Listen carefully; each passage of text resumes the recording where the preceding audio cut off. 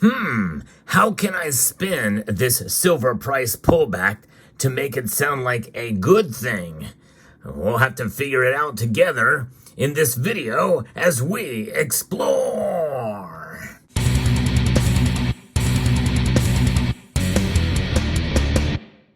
I was being a little facetious there, but in reality, the pullback in silver's price was expected. It was going to happen sooner or later, and sooner is now. In fact, when I started this video, silver was still up $27 to $27 an ounce. It has now since pulled back moments before the markets close over 1.3%. It was less than 1% when I started working on this video. And it's pretty amazing to see how quickly things are moving. There's some consolidation going on here. That is a fairly dramatic pullback in the later hours of the trading session today. And it just goes to show you the volatility that we see in the markets. But silver is still now sitting at $26.85. So it's still up in comparison. And I don't think we're going to see too much more of a pullback. But we could see some more consolidation. But even if it falls another 50 cents in the coming days, I still think it means that we could start to be witnessing a new support level for silver's price.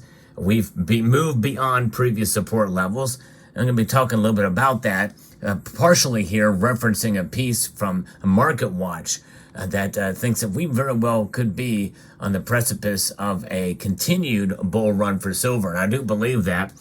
And as evidence in the video that I'm going to be publishing tomorrow, so I hope you will stay tuned for that.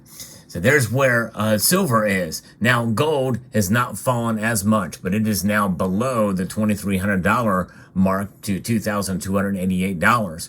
The pullback there was certainly expected as well.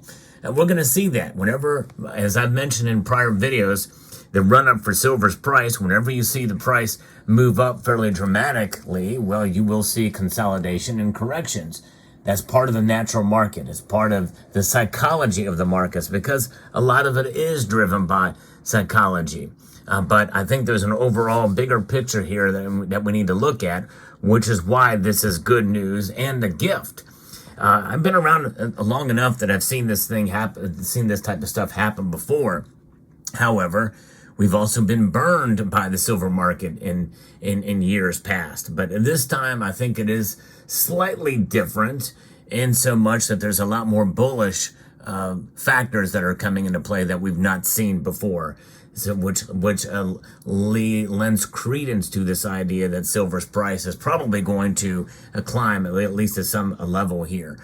In other words, I still feel as good today as I did yesterday about silver reaching $28 by the end of the year. That might happen, could still happen rather sooner rather than later as well. But the metal being up over 9% for the week, of course now it's probably 8 and change. After gold's rise to a fresh record, we've seen silver make its move, almost a 3-year high. And silver prices finished higher Thursday to notch a 6th consecutive session gain. Of course, that was before this latest pullback that we're seeing in the market. This was posted earlier in the afternoon. On the COMEX, the most active May silver contract climbed 19 cents, and they're settling at $27.25 an ounce. But of course, in China, the Shanghai Gold Exchange, it got up to $29 recently. So keep that in mind too. That's something that has not really been explained by anybody that I could see. That's just that it's been happening, and it's been fairly consistent now, noteworthy as I've mentioned in prior videos. The move in silver follows obviously a rise in gold futures, and the settlement for yesterday for gold in the futures market was $2,315 an ounce. Again, that's different than spot price, but it just goes to show you that most people are bullish on gold as well, and certainly silver too. That's the most active contract. Prices for the yellow metal to trade more than 3% higher so far this week. Both metals have been in demand. And it's mostly in the digital ETF and ETP space, not so much for silver in the physical form, but I continue to get updates from Alan Gold about gold eagles being sold, being tracked, where you can see them being sold on bullion exchanges. That's just one place. It's anecdotal, but that's still a lot. 600 of them just yesterday alone, if we believe those numbers. I somewhat question them, but that's aside the point. I think that there's some reality to some of it, but I'm not sure if it's exactly in the range that they're saying. That's pretty big. That's the biggest I've seen, especially with gold trading yet, breaking another new all-time high yesterday that we saw. So this is where the demand is. It's in that space, and I think that is what's driving the prices up in terms of the derivatives market. Inflation chipping away at the value of fiat currencies. It's one of the major drivers. Obviously, it's sticking with us, and it's not going to go away anytime soon. The value of this is lost. And we're going to probably get some numbers coming out. The markets are probably nervous about it, but maybe they're anticipating that they might get good news, which would lead to a stronger dollar and lower prices for gold and silver. Now, veteran strategists say, grab your hammer and pick. Gold is heading to $3,000, according to another headline. And and that's just it. We often see these type of headlines when the numbers come out and they continue to climb, especially with consecutive days and bold, fast moves. About the wedges narrowing, and you see these predictions for huge predictions for silver and gold. But honestly, a gold price at $3,000 does not sound too far off these days. It sounds like it could happen. Up until a couple weeks ago, silver wasn't finding a whole lot of love, but stronger industrial data from China has boosted demand for industrial metals like copper and silver. And that is interesting. That's news to me, because the economy in China is hurting. They're in a deflationary period, but again, there's still a lot of trade that's going on with China. And China provides a lot of products and goods and services here in the United States, where our economy, at least on paper, is better. And that is something else that will be discussed in tomorrow's video, as far as what constitutes a healthy economy. A lot of it is relative. That's right, to other economies and other nations around the world. And so that's what we're looking at here. Forecasts from the Silver Institute show that the global silver supplies are expected to mark a fourth straight year in deficit, with demand for the industrial and precious metal expected to reach its second highest level on record this year. Although that does not really translate to price action movement, as we've seen. Even though we have seen some modest gains for silver, modest being the key word here, it's really up until now that we're starting to see it kind of reach these multi-year, well over 2-year high as I record this video for silver. But it needs to do much more than that to get a lot more people interested in the metal. The hashtag silver squeeze has been trending again over at X on Twitter. But again, it's usually just short-lived and little bursts here and there of a couple of thousand posts. In the grand scheme of the overall Twitterverse, unless you're in tune to that market, you likely may not see that hashtag. I think that's one thing that people have to understand and realize with the silver markets. We kind of are in our own little bubble here. Silver is top of mind for everybody watching this video, and certainly others out there. But this is good news, because it means that it's consolidating back, and likely it's going to find support pretty soon, more than likely, unless we see another couple of days with more than 1% drops.